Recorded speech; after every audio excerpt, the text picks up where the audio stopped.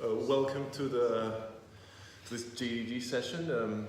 Tonight we have Ori Herstein with us from King's College London and the Hebrew University of Jerusalem, and we have Sandy Steele from Oxford and Wadham College making a comment. So Ori works in various areas in legal philosophy and ethics, and he's going to present a paper on private wrongs today. Okay. Thank you for inviting me. And thanks everyone for coming. Okay, so this is an attempt to say something slightly maybe different on a well-covered area, private wrongs in private law theory. Generally speaking, the idea is as follows. Some people, many people, and I would say most practitioners probably, believe that private law is about, in some important way, private wrongs. So the law involves wrongs. An analytical point is that wrongs entail a normative remainder. I'll explain what that means a little later. And then the question is, if indeed private law is about private wrongs, there must be normative remainders within the law, given that wrongs entail remainders. So half of the paper tries to set this up, and the other half asks, okay, if there are remainders, where are they in the law? Do we see them? Can we detect them? And the conclusion is kind of, I'm not sure. We see a little bit of them, not enough, to bolster a theory that says, well, it's fundamentally about private wrongs, private law. Now, if I'm wrong, if I'm tentatively wrong, right, and indeed the law involves remainders, then that, I hope, offers something new, a little additional corner to the theory of private law in terms of private wrongs. Anyway, we can talk about where we end up in discussion. Okay, so the view of private law in terms of private wrongs briefly goes something like this. To understand what private law is about, its structure, its logic, the concept private wrongs helps us to understand something deep and important about how private law is put together. So the view is private law involves rights and duties, which correspond to each other. Breaches of those duties and violations of those rights are wrongs. So this analytical point, a violation of a duty is a wrong. The assumption is the law involves rights and duties, and when those are breached and violated, we have a wrong. Now, why is this idea significant to understanding the structure of private law? Well, often, classically, people tend to talk about private law in terms of a set of norms which involve primary and secondary norms. So it's kind of a system of norms which has these two types of norms. The primary norms are the rights and duties which have to do with what we ought to do under the law. So they regulate behavior and conduct, generally speaking. The secondary norms are the norms that pop up in the law once the primary norms are not conformed with. Often these are the remedies. Now it's much more complicated than just saying remedies, but I'm just going to leave it at that. Where do private wrongs come in? Well, private wrongs kind of explain to us the connection between the primary norms and the secondary norms. A breach of a primary duty is a wrong, and that somehow justifies or counts in favor or grounds the secondary norms. So wrongs are the linchpin, if you will, the connection between the primary norms and the secondary norms. They function as a kind of justifying norm. Okay, so that's generally kind of the view of private wrongs in terms of private law in terms of private wrongs. And it seems to me that most lawyers sort of innately think this, judges I think innately think this, and many theorists think this, but not all of them think this. So the competing view is the conjunctive view. So we still have primary and secondary norms, but they relate in different ways. Right? It's not that the failure to conform with a primary norm is a wrong that then grounds a secondary norm. No, you can either do one as far as the law is concerned or the other. Right? And so long as you conform with one or the other, you're in conformity with the law. And the primary norms are not primary normatively speaking. They're not better in some sense. They're just there first. But if you don't conform with them, you could conform with the secondary norm. And as far as the law is concerned, as far as the normativity of the law is concerned, nothing problematic happened. There was no wrong. Okay? So that's the alternative view. And these two sets of theorists duke it out to some extent. And this kind of relates to that debate. If there are no remainders, then this paper cuts in favor of the conjunctive view. Now, an important thing to say is this project, this paper, is about legal normativity, legal rights, legal duties, legal wrongs. It takes the idea that the law is a normative system seriously. Some people don't buy into this. Some people like capital N normativity. So if you want to call it normativity, it better be the real deal. It'll have to do with real values and morality and that sort of stuff, and any other talk of norms is either confused or symbolic or something along those lines. It seems to me that the private wrong's conception of private law as a conception of the structure of the law takes seriously the notion that the law is really normative. So that's what I'm assuming. I'm not saying anything about morality. That's important because otherwise the paper looks more ambitious than it is and much more confused than I hope it is. Okay? So I'm talking about legal reasons, legal norms, legal rights, legal wrongs. Hopefully that came across. Good. Now, so given that we have some rudimentary understanding of what private wrongs are, here's what remainders are. Once a wrong takes place, someone did not do what they ought to have done, it seems that whatever they do as an alternative, right, would only be an approximation of what they ought to have done. Right? They did something that was wrong. And because of that, there will always be something left over in relation to the violated norm, to the violated duty, that is lost. No matter how well they try to approximate what they should have done, to fix things, it doesn't matter. As far as at least the duty that they violated is concerned, something is left over. Something is left over unsatisfied. Now, it's important to emphasize that it's in relation to the violated norm or duty, and not all things considered. It's quite possible, right, that I have a duty and I violate it, and still all things together, the world is better off. I should have violated the duty. That's fine. So there's no loss, all things considered, but there is a loss in relation to the duty which I violated. It is not, if you will, fully satisfied no matter what I do. What's done is done. I went to see Macbeth last night. They said this several times. It's done. That's it. There's no going back. Something will be left over. That is the normative remainder. Now, the idea of a normative remainder is quite familiar in moral philosophy. So Williams has stuff on this. Thompson has stuff on this. Recently, in private law, it's been made very popular and interesting and insightful by your colleague, John Gardner.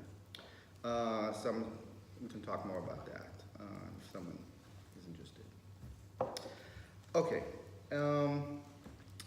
Now, if we buy into this idea that breaches of duty are wrongs and wrongs entail a remainder, then there should be a remainder in any normative system that involves wrongs.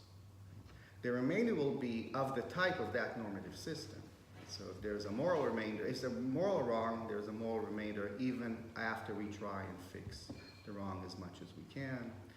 But if we move into other normative systems, we should see kind of a similar phenomenon, given that the connection or relation between remainders and wrongs seems to be structured, seems to be built into the idea of a breach of duty, right? So that's my assumption. People have talked about remainders in morality and only in morality, but if you want to talk about duties and breaches of duties and wrongs in other realms of normativity, then you bring in a remainder. It has to be there if there's a wrong. At least that's what I contend.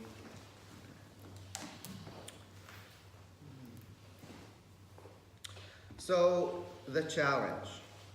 The challenge that I offer, or alternatively, the addition that I offer, the private wrongs conception of private law is to ask, okay, if private law is deeply, seriously about wrongs, where are the legal remainders left over once we try and fix those wrongs? Something has to be left over in relation to the law. The law must remain unsatisfied with the secondary norm, with the correction, with the remedy, whatever happens after we try and fix a wrong. No remainder, no wrong. That's my bumper sticker.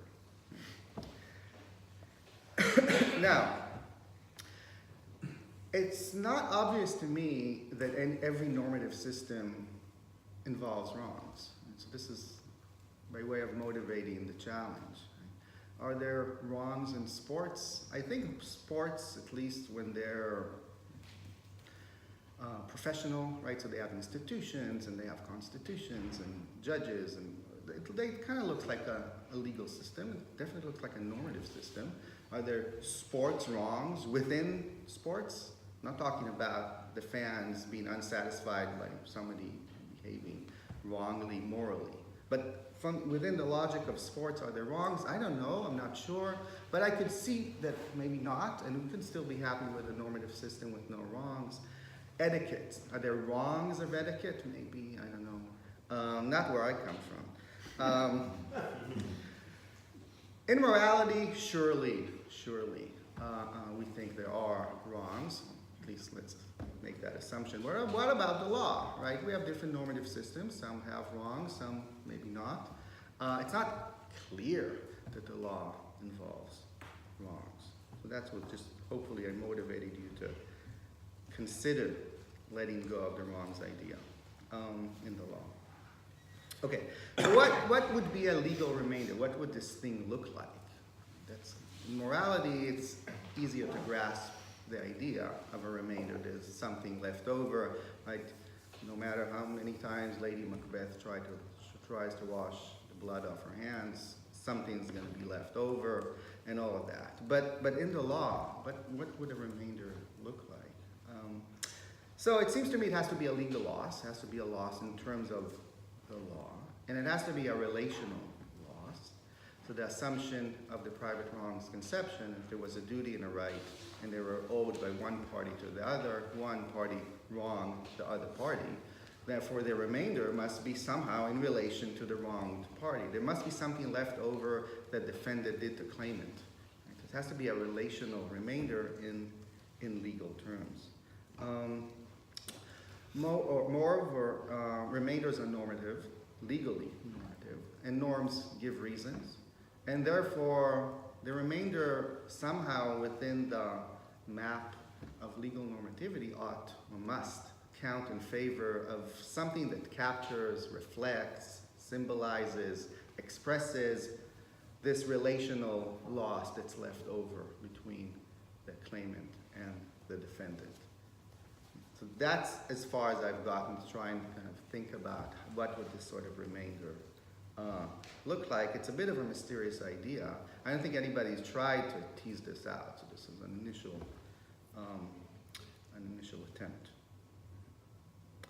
Now, given that remainders are normative, they give reasons for the sort of things I talked about, we should be able, I think, to detect them in how the law reacts to those reasons. So similarly, how we have secondary norms that somehow react to wrongs, right? They're grounded in wrongs, or they are justified by wrongs, or something along those lines. We should have a similar kind of structure, it seems to me, where the law reacts to these normative remainders in some way or another. Right? Judges, claimants, someone should be someone who actually believes in legal normativity should be reacting to these legal losses.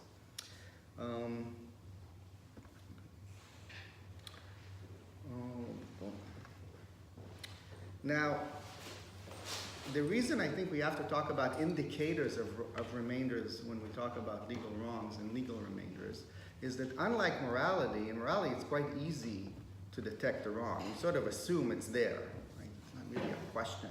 whether or not there is a wrong or is not a wrong in morality. So if you do something you ought not have done, we think, well, something is lost. You see it directly. In the law, well, the whole question of wrongs is contested. You can't just say, well, it's a wrong, therefore there's a remainder. That wouldn't work. Right? So how do you detect a remainder? Well, you have to look at other kind of phenomena that are grounded in a remainder, motivated by a remainder. You see the effects of the remainder in the law. It seems to me that's the way you would get to pointing out that there is a remainder. You can't just say, well, it's a legal wrong, therefore there must be a remainder, because the wrong is kind of what is under contention. Unlike morality, right, where at least many people think it's not. So we could just see the remainder in the wrong, in a sense. Okay, so that is the first 60% of the paper. Now, if you buy into all of this, I'm quite happy, I have to say, because, okay, we set this up, there's a challenge. Now here's my attempt to say, oh, is there a remainder or not? And I kind of look at what I think are obvious places to look for indicators of remainders. And my conclusion is there aren't many. Okay? But here, I'm quite willing to concede that I'm wrong. Okay. Compensation can't reflect, indicate a remainder, right? By the very nature that is there in order to fix, in some respects, the wrong, right? Or the non-compliance with the primary norm. An important feature of remainders is remainders are what is beyond fixing. They're what remains. It's what's left over after the wrong, after we did all the best we could to fix the wrong. Something is left over. Compensation doesn't work really as an idea that can account for a remainder, because it's not about the remainder. It's about doing as best that we can in order to fix what we did. So that won't work. In addition, compensation seems to me the law's reaction to harms in the real world, not the law's reaction to a legal wrong. Right? It seems to be about something else, the way compensation is calculated and so on. It's about those legally wrong actions, the consequences of those legally wrong actions that we identify. So compensation is that. Vindicatory damages, what about them? They could seem a good candidate for capturing remainders, but I say no. In a sense, they're also corrective. They're not about harms, but in a way they stand to wrongs in the way that compensation stands in relation to harms. I think vindicatory damages are there in order to somehow fix those moral wrongs that the law gives protection to. So I don't think vindicatory damages are helpful either. Punitive damages. Well, I go through a lot of discussion here. My conclusion at the end is, well, first of all, they're very rare, so you can't really build a theory of private wrongs based on punitive damages. That's not going to help. In addition, they're about morally aggravating features of conduct. They're not really a reaction to anything legal as such, it seems to me. At least their logic seems to work that way. What about law's disapproving language? Right? So law talks in terms of wrongs and breaches and uses terms that are morally kind of saturated. Maybe that is an account of the law kind of identifying something that's problematic or a loss in legal terms. And here it seems to me the language alone is not gonna do it, right? The law doesn't have any authority in the sense of reflecting its own. I mean, its terms are not an authority to its structure. We could have used different terms, and I don't think anything would have changed. So I don't really buy the idea that the language itself helps. However, maybe the language expresses. A lot of people like to talk about the law in terms of what the law expresses. And maybe the law using this language could be saying this is wrong legally, right?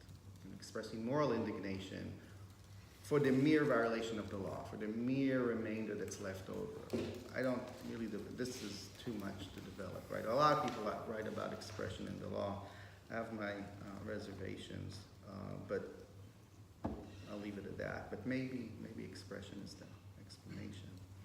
Nominal damages is another one. To me, this seems the best candidate, really, to be something symbolic that stands for what's left over legally.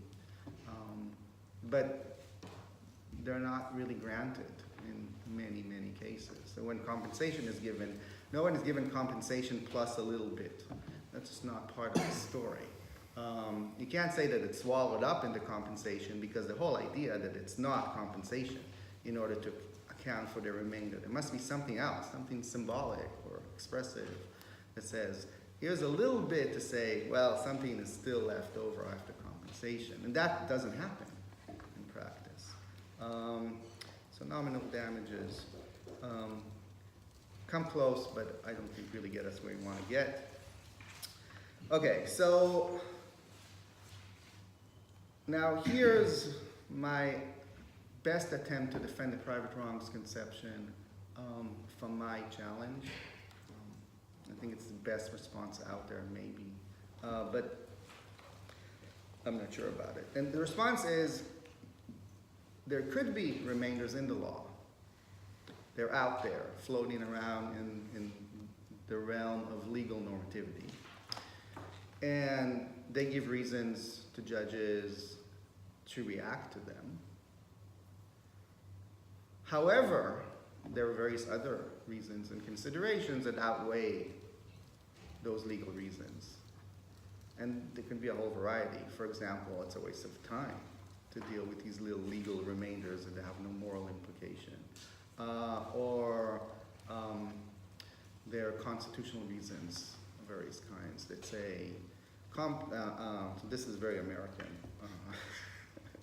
Punitive damages are problematic in a variety of different ways, so we can't have them all over the place. Or just political reasons. So not really reasons, but kind of political motivations of judges. There could be explanations why the law does not have many indications of remainders with being consistent with remainders being in the law, right? That's possible. I don't know how satisfying that is, given that, why assume that they're there if we see no indications? What motivates this assumption beyond the rhetoric? I don't know. So at the end of the paper, my conclusion is, I don't see enough evidence in the law to indicate that there are all these remainders sort of paired with all these many wrongs, which the conception of private law in terms of private wrongs has to assume. And therefore, the theorists of private wrongs owe us an explanation. Where are all the remainders? That's it.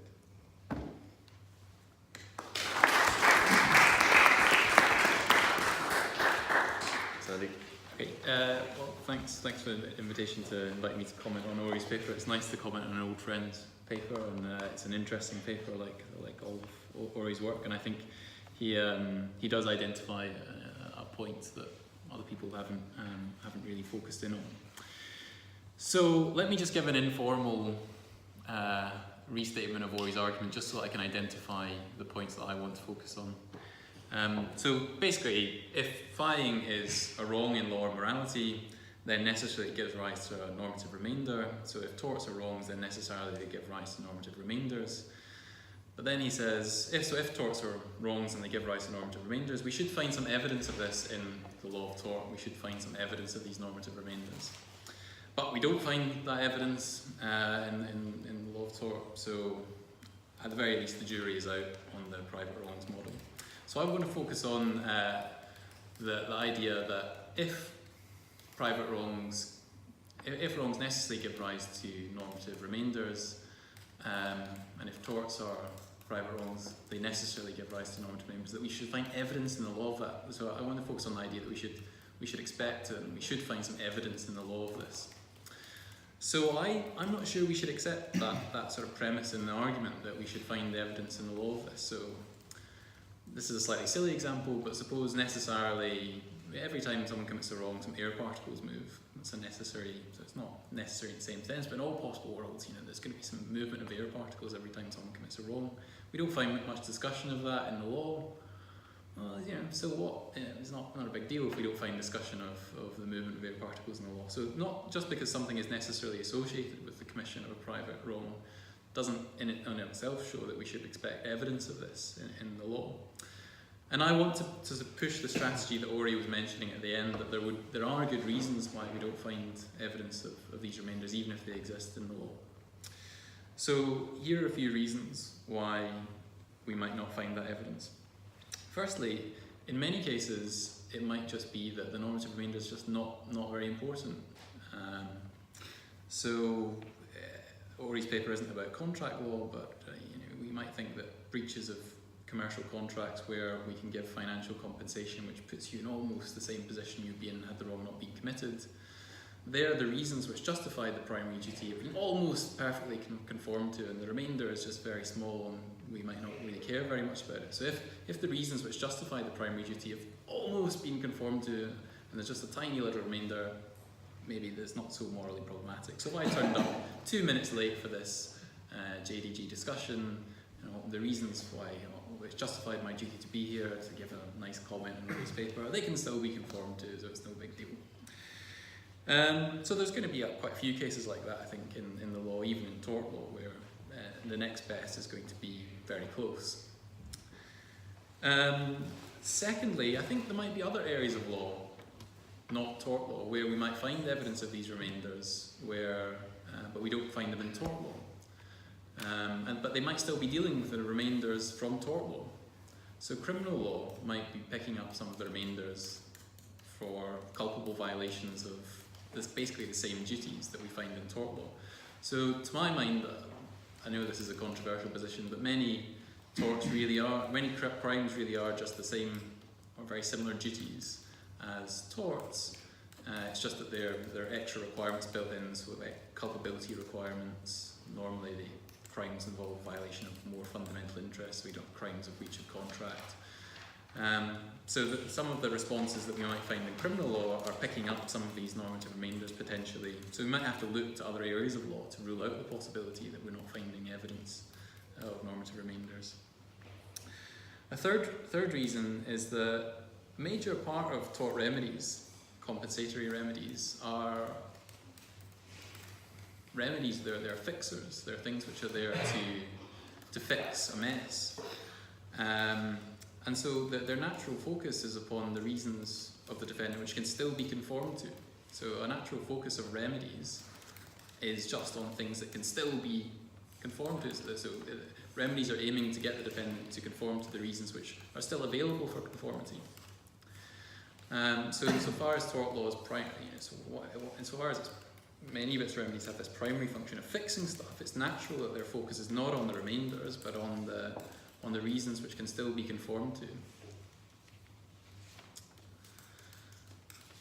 And a more general point perhaps is that perhaps actually tort law, although it does talk in terms of the wrong grounding the legal response, the remedy, perhaps it might rather be that the wrong is often just a condition of the remedy, and that really what the law cares about are the underlying reasons which justify the primary obligation.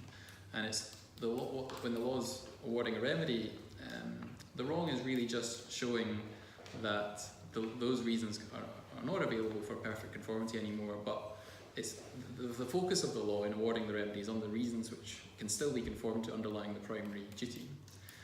So the fact of the wrong really isn't itself a grounding reason for the remedy. And if that's true, then it's not surprising that there's not a focus on remainders either, if the fact of the wrong itself isn't one of the grounding reasons for the remedy, but rather just the underlying reasons which justify the primary obligation.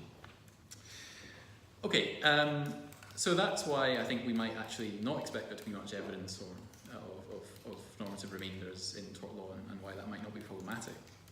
But I also want to say something in contradiction to that, maybe not total contradiction to that, but in tension with it, which is that there is maybe more evidence of them than Ori allows. So obviously I can't pursue this strategy too much, otherwise it's just going to undermine everything I've just said. But I want to say that there's a bit more evidence than, so we wouldn't expect there to be much evidence, but there's a bit more evidence than Ori allows.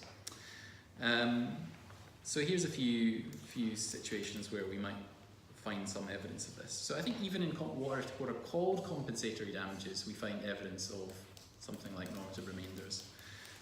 So damages which are awarded in situations, say to an unconscious person, someone who's been rendered unconscious as a result of wrongdoing, which reflect the lost ability to pursue their life. I find it very difficult to believe that they're restorative in any sense, and that even that they're aimed to be restorative. There's just really no sense to me there which there's no prospect of them putting you back in the position you would have been had the wrong not been committed, and it's not even bringing you close to that position. Really, in those situations, the law seems to be just affirming that your rights have been violated and trying to tie the remedy to the extent of the violation by looking at the extent of the consequences of the violation. Vindicatory damages. So Ori says that these damages are primarily still corrective in nature, but what they're correcting or aiming to correct is the wrong and not the harm. Here, I just think we disagree on the law if we're talking about the same part of the law. So to me, the word vindicatory damages doesn't really have any clear meaning. It could mean a bunch of different things. But at least in some meanings, and this really is just a point of legal doctrine, I think judges do understand the idea of vindicatory damages as damages which are there to mark the occurrence of a wrong. So in a recent Supreme Court decision which discusses this point, a case called Lumba, which is about false imprisonment, the tort of false imprisonment, the judges understood the question of whether vindicatory damages could be awarded in that case as the question of whether substantial damages were available to mark the infringement. That seems to be the understanding they have of vindicatory damages in that case. If you understand vindicatory damages in a slightly different way, as somehow like Rob Stevens' view, which is that they're sort of substituting for the violation of the right, or the infringement of the right, then I guess, so Ori says, well, isn't that, if we accept that that is what they're doing, they're sort of substituting or trying to compensate for the wrong itself, or for the infringement of the right, then isn't that basically to concede to the wrongs model that, well, these are wrongs and we're giving you compensation for the fact that you've been wronged? Even if we're trying to undo the wrong, we're still accepting that this is a wrong. Ori's response to that is to say, but these aren't really legal wrongs, they're moral wrongs which the law is protecting you and is giving you remedies for. I think that's plausible in some cases of the types of rights and duties of state, but I think in cases like proprietary wrongs, it's harder to make out the argument that these aren't really legal wrongs that are being remedied in cases of vindicatory damage. It seems more difficult to argue that property rights are really just pre-existing moral rights which the law is just sort of regulating. Nominal damages.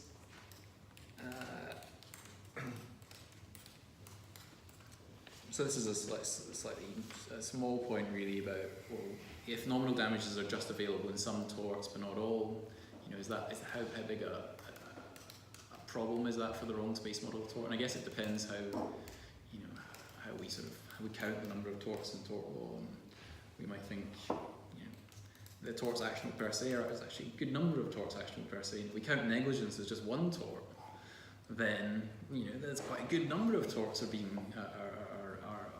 are remedied by actionable by nominal damages. Okay, and just finally, so if everything I've said is true, which is that we wouldn't expect there to be that much evidence of normative remainders, but we do find a bit more than Ori thinks, and if there's some positive evidence of the wrongs-based model, then it looks like the wrongs-based model is in pretty good shape. So just to conclude, some positive evidence of the wrongs-based model that I think maybe could be emphasised further.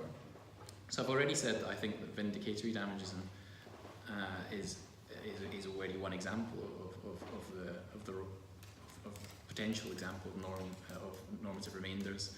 I think punitive damages as well. So although it's morally aggravating features of the wrong, or putative wrong, which the law requires as a condition of punitive damages, they're aggravating features, it seems to me, of the legal wrong. So they're morally bad ways of committing the legal wrong. In these cases, so the law is focusing on these morally aggravating features, but it seems odd to think the law's punishing you for something that's not violating the law at all. So, we might think there's a sort of, if we think that the law is at least trying to aim to conform to the rule of law, and we think it's a requirement of the rule of law that you don't have punishment without the breach of a legal duty, then we might think that it's a more charitable interpretation of the law, that it's punishing you for what's a breach of a legal duty, but it's pointing to moral aggravating features of the breach of a legal duty as a trigger for that. Law's language, so Ori thinks that the use of the word wrongdoing duties doesn't have, I think, any significance, or is no evidence for the wrongs-based model. And I think he makes an interesting point that the law doesn't have what he calls epistemic authority over the nature of its own normative structure. But I just wonder if there's something more that can be said about the use of the language. So it seems like judges must be using the word duty and the word wrong always in a non-standard sense. But I think the ordinary usage of wrongs would be that it means a breach of a duty. So these judges are all using it in a non-standard sense, and that seems to me at least to count a little bit against your view. Finally, consent. Consent plays a huge role in private wrongs. So consent is a defence to probably all private wrongs. It seems to me that consent could have one of two roles in tort law. It could either be an indication that you chose to bring about some consequence, and so you're responsible for it. So it's an indication of sort of choice. And so it indicates that you're responsible for the harm or the interference which happened to you. Or it could be something like the exercise of a normative power which makes permissible that which would otherwise be impermissible. And it seems to me that it operates as a way of rendering permissible that which would otherwise be impermissible, according to the law. So if I consent to you punching me, but you don't find out about my consent, and you punch me anyway, so you punch me regardless of your knowledge of my consent. If I've consented, it's going to be a defence, even although we can't say there that I'm really responsible for the occurrence of the harm or the interference to me. It's just the fact that I've permitted you to do that which would otherwise be impermissible. So it seems to me the role of consent tends to support the wrongs-based model as well. The end.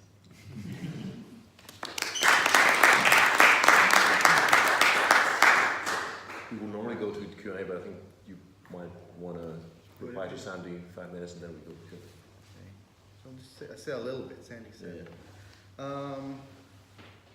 Okay, so here's one question. You said, well, it's not a big deal. Right? So assume there's a wrong, and then something physically happens in the world, and the molecules fluctuate. But if we really believe in legal normativity, why isn't it a big deal in terms of legal normativity that there's something legal left over? Right. So why doesn't the analogy to morality carry over here? In morality, if I do something wrong, something is left over, and therefore I ought to, it's appropriate for me, whatever, to feel remorse, wrong, to make some kind of gesture, and so on. And if I don't, I'm somehow remiss. I'm subject to criticism, and so on. There's something wrong about my reactions to my own behavior. And that works in morality. Okay, so now we move to a different normative system. It's called law. And in the law, something is left over. Why isn't it a big deal? It's not a big deal in moral terms. At least I could see why it's not. I mean, sometimes it is, I'm sure. But often a legal leftover remainder, morally, it really is not a big deal. But if you believe in legal normativity, why not? That would be a response to that. The underlying reasons stuff. So I've been thinking about this, and I haven't quite been able to. So this is the Gardner stuff, right? So Gardner says corrective justice in morality is explained not based on some kind of principle of distribution that exists independently of what happens between two individuals, but rather to understand why we ought to correct, we simply need to look to the duties and the reasons and underlie the duties between those two individuals. So if I breach my duty, the reasons that gave rise to that duty still project normative force on me. And therefore, I ought to do whatever I can to comply with those underlying reasons, given that I didn't perform the ideal, which would have been to conform with the duty. But given that I breached it, those reasons are still there, they apply to me, and I should do the second best. Right?